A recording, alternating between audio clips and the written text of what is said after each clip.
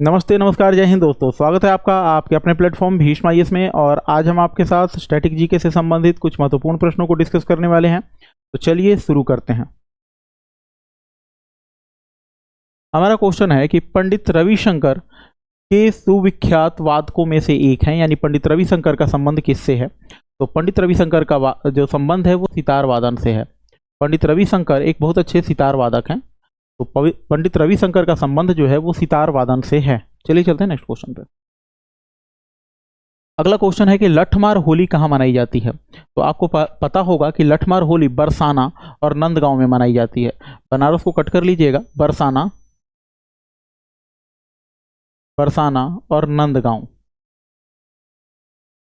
नंदगांव में लठमार होली मनाई जाती है। तो यही पूछा जा रहा है इस प्रश्न में कि लठमार होली कहाँ मनाई जाती है। तो लठमार होली बरसाने और नंदगांव में मनाई जाती है। बरसाने और नंदगांव में मनाई जाती है।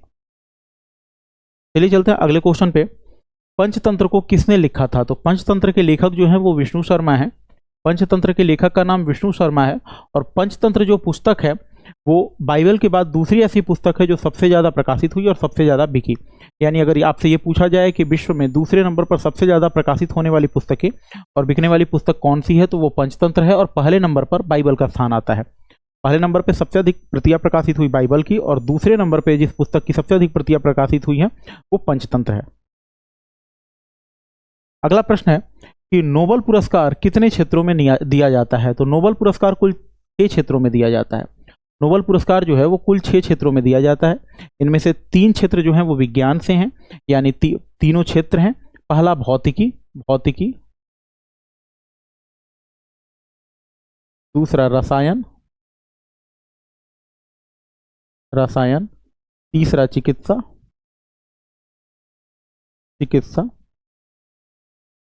इसके बाद 3 जो क्षेत्र हैं वो हैं शांति,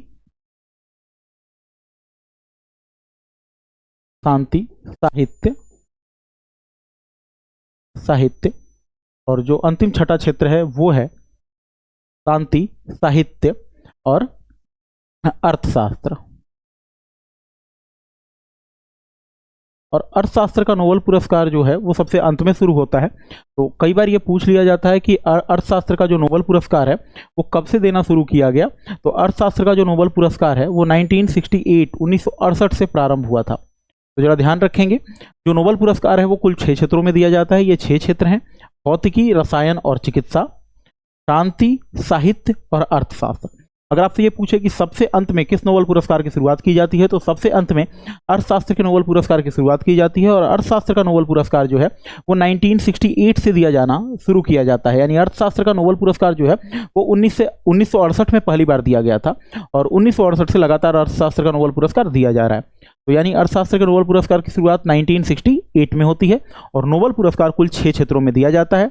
ये 6 क्षेत्र हैं: भौतिकी, रसायन, चिकित्सा, शांति, साहित्य और अर्थशास्त्र। चलिए चलते हैं नेक्स्ट क्वेश्चन पे।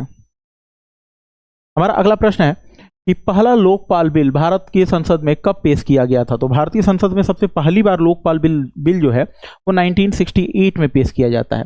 भारतीय संसद में जो सबसे पहली बार लोकपाल बिल पेश किया जाता है वो 1968 में किया जाता है। चलिए चलते हैं नेक्स्ट क्वेश्चन पे। हमारा अगला प्रश्न है कि भारतीय संसद द्वारा दिवाला और दिवालियापन संहिता विधेयक किस वर्ष पारित किया गया। तो भारतीय संसद द्वारा दिवाला और दिवालियापन संहिता विधेयक जो है वो 2016 में पारित किया जाता है। तो यही पूछा जा रहा है कि भारतीय संसद द्वारा दिवाला और दिवालियापन संहिता विधेयक किस वर्ष पारित किया गया था। तो भारतीय संसद द्वारा दिवाला और दिवालियापन संहिता विधेयक जो है वो 2016 में पारित किया जाता है। कब किया जाता है, तो 2016 में किया जाता है। अगला प्रश्न है कि निम्नलिखित में से कौन भारत में पहली महिला लोकसभा अध्यक्ष बनी। तो भारत में पहली बार महिला लोकसभा अध्यक्ष बनने का जो श्रेय सम्मान प्राप्त है वो मीरा कुमार को प्राप्त है। तो भारत की पहली महिला लोकसभा अध्यक्ष जो है वो मीरा कुमार बनी। तो ये प्रश्न बार बार पूछा भी जाता है, इसलिए इस बात को बिल्कुल अच्छे तरह से याद कर लेंगे कि भारत की पहली महिला लोकसभा अध्यक्ष जो है वो मीरा कुमार थी। अगले क्वेश्चन पे चलते हैं। अगला क्वेश्चन है कि रामसर कन्वेंशन का मिशन का संरक्षण करता है। तो रामसर कन्वेंशन के बारे में कुछ बातें जान लेते हैं। रामसर जो है, जरा इस बात को ध्यान देते हैं, रामसर जो है वो ईरान में है। रामसर जो है वो ईरान का एक शहर है, और यहाँ 1971 में 1971 में एक सहमति पत्र पर हस्ताक्षर किए जाते हैं और इस सहमति पत्र के द्वारा आर्द्र भूमियों का संरक्षण और रख रखाव की व्यवस्था की जाती है। तो एक बार फिर से ध्यान देंगे, रामसर जो है वो ईरान का एक शहर है और ईरान के शहर रामसर में 1971 यानी 1971 में एक सहमति पत्र पर हस्ताक्षर किए जाते हैं आर्द्र भूमियों के सुरक्षा और रख रखाव के लिए, आर्द्र भूमियों के सुरक्षा और रख रखाव के लिए। तो यही पूछा जा रहा है इस क्वेश्चन में कि रामसर कन्वेंशन मिशन का संबंध किससे है। तो रामसर कन्वेंशन मिशन का जो उद्देश्य है वो आर्द्र भूमियों का संरक्षण और इनका रख रखाव है, आर्द्र भूमियों का संरक्षण और रख रखाव है। रामसर जो है वो ईरान का एक शहर है और रामसर कन्वेंशन 1971 को होता है। कब होता है? 1971 को होता है। चलिए चलते हैं नेक्स्ट क्वेश्चन पे। हमारा अगला प्रश्न है कि पहला पूर्ण भारतीय बैंक कब स्थापित किया गया था। तो पहला पूर्ण भारतीय बैंक जो था वो 1894 में स्थापित किया जाता है। पहला पूर्ण भारतीय बैंक जो है 1894 में शुरू किया जाता है और यह पहला पूर्ण भारतीय बैंक जो था वो पीएनबी पंजाब नेशनल बैंक था। पंजाब नेशनल बैंक था जो कि पहला पूर्ण भारतीय बैंक था और इसकी शुरुआत जो थी वो लाला लाजपत राय ने की थी। लाला लाजपत राय, लाला लाजपत राय, लाला लाजपत राय ने इसकी शुरुआत की थी पीएनबी पंजाब नेशनल बैंक की। और पंजाब नेशनल बैंक जो है यही भारतीय पूंजी से प्रारंभ होने वाला पहला पूर्ण भारतीय बैंक था। पूरी तरह भारतीय पूंजी से शुरू होने वाला पहला भारतीय बैंक पंजाब नेशनल बैंक और इसकी शुरुआत या इसकी स्थापना की थी लाला लाजपत राय ने। निम्नलिखित में से कौन सा एशिया का नोबेल पुरस्कार कहलाता है। तो एशिया का नोबेल पुरस्कार रैमन मैग्सेसे पुरस्कार को कहा जाता है। एशिया का नोबेल पुरस्कार रैमन मैग्सेसे पुरस्कार को कहा जाता है और यह एशिया का सबसे सम्माननीय पुरस्कार भी है। अगला प्रश्न है कि भारत रत्न पुरस्कार प्राप्त करने वाले पहले खिलाड़ी कौन थे। तो भारत रत्न पुरस्कार प्राप्त करने वाले सब पहले जो खिलाड़ी थे वो सचिन तेंदुलकर थे।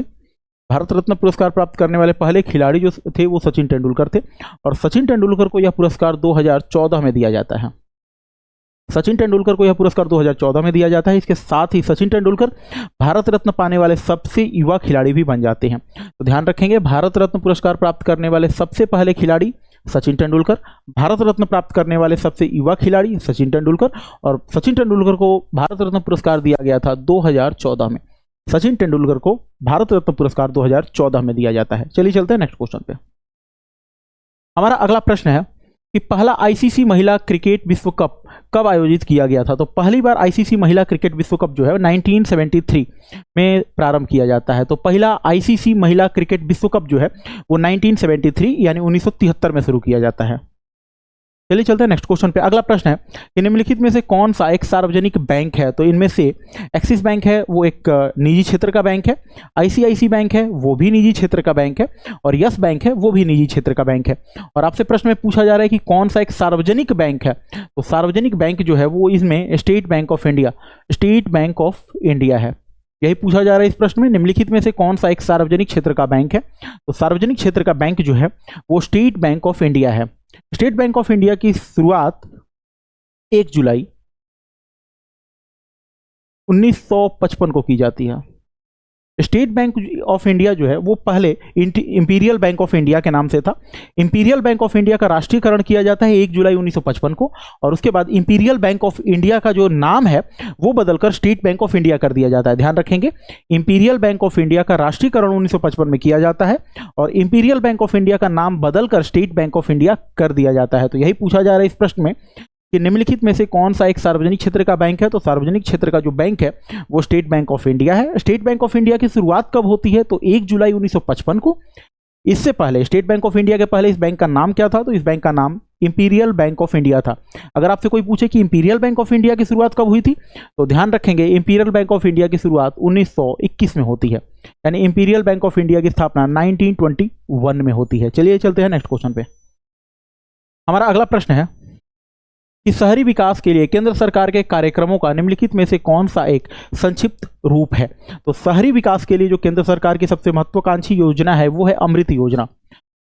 शहरी विकास के लिए जो केंद्र सरकार की सबसे महत्वपूर्ण योजना है वो है अमृत योजना। अमृत योजना का पूर्ण रूप है Atal mission for rejuvenation and urban transformation. याद रखेंगे, ये क्वेश्चन बहुत ही इंपॉर्टेंट है, इसलिए इसका फुल फॉर्म भी याद रखेंगे। अमृत मिशन का पूर्ण रूप है Atal mission for rejuvenation and urban transformation. Atal mission for rejuvenation and urban transformation. और इस योजना का संबंध शहरों के विकास से है। इस योजना का संबंध शहरों के विकास से है। तो यही पूछा जा रहा है कि शहरी विकास के लिए केंद्र सरकार के कार्यक्रमों का निम्नलिखित में से कौन सा एक संक्षिप्त रूप है। तो शहरी विकास के लिए केंद्र सरकार के कार्यक्रमों का जो संक्षिप्त रूप है वो अटल अमृत योजना है। अमृत योजना का पूर्ण रूप है Atal mission for rejuvenation and urban transformation. चलिए चलते हैं नेक्स्ट क्वेश्चन पे। अगला क्वेश्चन है कि कर्मा नृत्य किस राज्य से संबंधित है। तो कर्मा नृत्य जो है वो मध्य प्रदेश से संबंधित है। कर्मा मध्य प्रदेश का एक सांस्कृतिक लोक नृत्य है। कर्मा जो है वो मध्य प्रदेश का एक सांस्कृतिक लोक नृत्य है। चलिए चलते हैं नेक्स्ट क्वेश्चन पे। अगला क्वेश्चन है कि अल्पना किस राज्य की पारंपरिक लोक कला है। तो अल्पना जो है वो पश्चिम बंगाल की एक पारंपरिक लोक कला है। तो यही पूछा जा रहा है इस प्रश्न में कि अल्पना किस राज्य की एक पारंपरिक लोक कला है। तो अल्पना जो है वो पश्चिम बंगाल की एक पारंपरिक लोक कला है। अल्पना पश्चिम बंगाल की पारंपरिक लोक कला है। चलिए चलते हैं नेक्स्ट क्वेश्चन पे। अगला प्रश्न है रामचरितमानस एक महाकाव्य है जिसे भाषा में लिखा गया। यानी रामचरितमानस महाकाव्य किस भाषा में लिखा गया ये पूछा गया है। तो चलिए इसके पहले कुछ और फैक्ट देख लेते। रामचरितमानस की रचना तुलसीदास ने की थी। रामचरितमानस की रचना तुलसीदास ने की थी। रामचरितमानस की रचना तुलसीदास ने की थी और इसकी रचना ये अवधी भाषा में करते हैं। रामचरितमानस की रचना तुलसीदास अवधी भाषा में करते हैं। यही पूछा जा रहा है इस प्रश्न में कि रामचरितमानस एक महाकाव्य है या किस भाषा में लिखा गया। तो रामचरितमानस जो है वो अवधी भाषा में लिखा गया। रामचरितमानस अवधी भाषा में लिखा गया। अगर आपसे पूछे किसने लिखा तो आपका आंसर होगा तुलसीदास। अगर आपसे पूछे रामचरितमानस किसने लिखा तो आपका आंसर होगा तुलसीदास। यानी रामचरितमानस के रचयिता जो है वो तुलसीदास हैं और रामचरितमानस जो है वो अवधी भाषा में लिखा गया। आगे देखते हैं। अगला प्रश्न है कि 7 सितंबर 2005 को 7 सितंबर 2005 को अधिनियमित भारत के महात्मा गांधी राष्ट्रीय ग्रामीण रोजगार गारंटी मानरेगा अधिनियम प्रत्येक ग्रामीण परिवार को हर साल न्यूनतम मजदूरी पर न्यूनतम का भुगतान करने का अधिकार देता है। तो न्यूनतम 100 दिनों का रोजगार प्रदान करने की गारंटी देता है। मानरेगा जो है वो हर भारतीय नागरिक को जो कि बेरोजगार है उसे 100 दिनों का रोजगार प्रदान करने का की गारंटी देता है। यानी इसके तहत जो बेरोजगार नागरिक हैं, जो बेरोजगार है उन्हें 100 दिनों का रोजगार प्रदान किया जाता है। तो यही पूछा जा रहा है इस प्रश्न में कि अधिनियम भारत महात्मा गांधी राष्ट्रीय ग्रामीण रोजगार योजना अधिनियम के तहत प्रत्येक ग्रामीण परिवार को हर साल न्यूनतम मजदूरी पर कितने दिन का भुगतान करने का अधिकार देता है। तो न्यूनतम 100 दिनों का भुगतान करने का अधिकार देता है। यानी हर परिवार को वर्ष में कम से कम 100 दिनों का रोजगार मिलना अनिवार्य है। अगर नहीं मिलता तो सरकार इसका भुगतान करेगी। अगला प्रश्न है निम्नलिखित में से कौन सा देश सार्क का सदस्य नहीं है। तो यहां दिए गए ऑप्शंस में से म्यांमार जो है वो सार्क का सदस्य नहीं है। यहां दिए गए ऑप्शंस में से म्यांमार जो है वो सार्क का सदस्य नहीं है। सार्क के कुल सदस्य देशों की संख्या 8 है। सार्क के कुल सदस्य देशों की संख्या 8 है और इसे याद करने का जो ट्रिक है वो 3, इसे 2 और 3 के सीक्वेंस में याद रखेंगे। कैसे याद रखेंगे जरा एक बार ध्यान देते हैं। मैं आपको एक बार केवल रिपीट करता हूं, इसके बाद आप सार्क के सदस्य देशों के नाम कभी नहीं भूलोगे। इन 3 में देखते हैं। आप नीचे से आ जाओ। मालदीव, श्रीलंका और इसके बाद भारत। 3 देश हो गए, मालदीव, श्रीलंका, भारत। मालदीव, श्रीलंका, भारत। 3 देश कौन से हुए? मालदीव, श्रीलंका, भारत। अब 2 देश अफगानिस्तान, पाकिस्तान। अफगानिस्तान प्लस पाकिस्तान। पाकिस्तान, ये 2 देश भी हो गए। तो अब 2 देश को ऐड कर लेते हैं, अफगानिस्तान, पाकिस्तान। एक बार फिर से रिपीट करते हैं, मालदीव, श्रीलंका, भारत, अफगानिस्तान, पाकिस्तान। बच गए 3 देश। ये 3 देश कौन से हैं तो जरा इनको देखते हैं। नेपाल, भूटान, बांग्लादेश। बांग्लादेश। तो सार्क के 8 सदस्य देशों का नाम आ गया। देखिए 3 मालदीव, श्रीलंका, भारत, बाकी 2 अफगानिस्तान पाकिस्तान, और बाकी बच गए 3 नेपाल, भूटान और बांग्लादेश। तो सार्क में कुल देशों की संख्या 8 है। ये देश है मालदीव, श्रीलंका, भारत, अफगानिस्तान, पाकिस्तान, नेपाल, भूटान और बांग्लादेश। तो यही पूछा जा रहा है आपसे ऑप्शन में कि निम्नलिखित में से कौन सा सार्क का सदस्य नहीं है। तो म्यांमार जो है वो सार्क का सदस्य नहीं है, भूटान सार्क का सदस्य है, मालदीव सार्क का सदस्य है, पाकिस्तान सार्क का सदस्य है, अफगानिस्तान सार्क का सदस्य है, भूटान भी सार्क का सदस्य है, नेपाल भी सार्क का सदस्य है और बांग्लादेश भी सार्क का सदस्य है। चलिए चलते हैं नेक्स्ट क्वेश्चन। अगला प्रश्न है, G20 समूह में कितने सदस्य देश हैं। तो G20 देख के कंफ्यूज मत होना, G20 में सदस्य देशों की संख्या 21 है। G20 में सदस्य देशों की संख्या 21 है। G20 में जो सबसे अंत में शामिल हुआ वो था अफ्रीकी संघ, अफ्रीकी संघ। और ये कब शामिल होता है। तो अफ्रीकी संघ शामिल होता है 2023 में, अफ्रीकी संघ 2023 में शामिल होता है। तो एक बार फिर से रिपीट करते हैं, G20 समूह में कितने सदस्य देश हैं। तो G20 समूह में कुल देशों की संख्या 21 है। सबसे अंत में शामिल देश अफ्रीकी संघ, G20 समूह में सबसे अंत में अफ्रीकी संघ शामिल होता है। और अफ्रीकी संघ कब शामिल होता है। तो अफ्रीकी संघ 2023 में G20 समूह में शामिल होता है। तो G20 समूह में अफ्रीकी संघ सबसे अंत में यानी 2023 में शामिल होता है। चलिए चलते हैं नेक्स्ट क्वेश्चन। इस तरह के और इंफॉर्मेटिव वीडियोज के लिए हमारे चैनल को लाइक, शेयर और सब्सक्राइब जरूर करें। धन्यवाद।